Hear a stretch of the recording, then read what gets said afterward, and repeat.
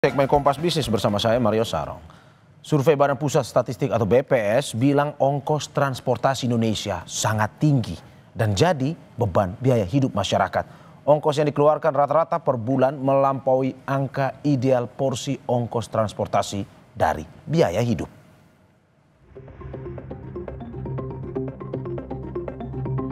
Survei Badan Pusat Statistik atau BPS bilang, ongkos transportasi yang dikeluarkan masyarakat Indonesia melampaui batas angka ideal dari Bank Indonesia.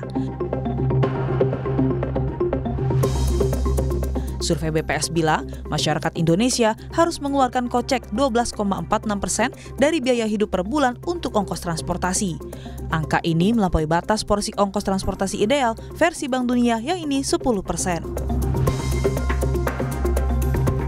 Sejumlah warga mengaku cukup berat membayar biaya transportasi umum untuk beraktivitas sehari-hari. Namun, ada juga sebagian warga mengaku biaya transportasi yang digunakan masih terjangkau dari besaran gajinya. Untuk menjaga kestabilan finansial di tengah gaji UMR, sejumlah pekerja memilih menggunakan angkutan umum seperti kereta komuter lain karena harga yang relatif terjangkau. Kalau KRL sih enggak ya, karena untuk harganya juga masih affordable. Kan sih lumayan, karena harus nyambung lagi kan gitu. Biasanya makan berapa persen dari gaji Anda untuk? 25% mungkin ya. Transportasi umum sih sejauh ini paling sebulan itu 150.000 lah paling banyak.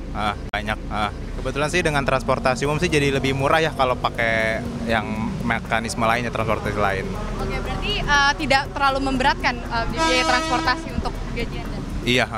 Aman ya? Iya, jadi lebih murah. Saya di daerah Tangerang Selatan, jadi kalau ke Jakarta mostly setiap hari naik KRL sih Pak gitu. Nanti paling nyambungnya bisa pakai ojek online gitu kira-kira. Sebenarnya balik lagi ke profil orang tersebut ya. Tapi kebetulan kalau untuk saya yang sangat murah dan mungkin juga lebih cepat jangka waktunya, KRL ini termasuk yang better dan best buat saya. Cuman ya dengan profil saya ini masih bisa saya handle sih gitu Mbak kira-kira. Ya. Estimasi sekitar 500.000 sih. 500.000. Biasanya transportasi apa yang Anda gunakan? Seringnya ojek online sama MRT. Survei BPS menyebut biaya transportasi masyarakat di kota-kota besar menembus Rp1 juta per bulannya. Di Bekasi, Jawa Barat, masyarakat mengeluarkan Rp1,9 juta per bulan untuk transportasi yang setara 14% dari total biaya hidupnya. Ini adalah ongkos termahal di Indonesia. Di urutan kedua ada Depok dengan ongkos transportasi capai Rp1,8 juta per bulannya. Angka ini setara 16,3% dari total biaya hidup. Lalu, masyarakat kota Surabaya, Jawa Timur mengeluarkan Rp1,62 juta atau 13,61% biaya hidup untuk transportasi per bulan. Dan terakhir, warga Jakarta merogoh kocek Rp1,59 juta atau 11,8% per bulan. Fenomena mahalnya biaya transportasi, salah satunya belum terintegrasinya transportasi umum di Indonesia.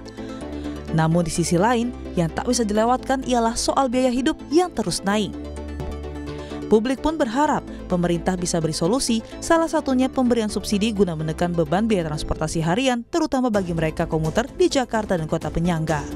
Zefanya Situmea, Andika Hadiat, Kompas TV, Jakarta. Saudara jangan kemana-mana, Kompas Bisnis akan segera kembali dengan informasi lainnya. Salah satunya lembaga riset independen Celios meminta PBB untuk mengaudit data pertumbuhan ekonomi yang dirilis Badan Pusat Statistik atau BPS. Celios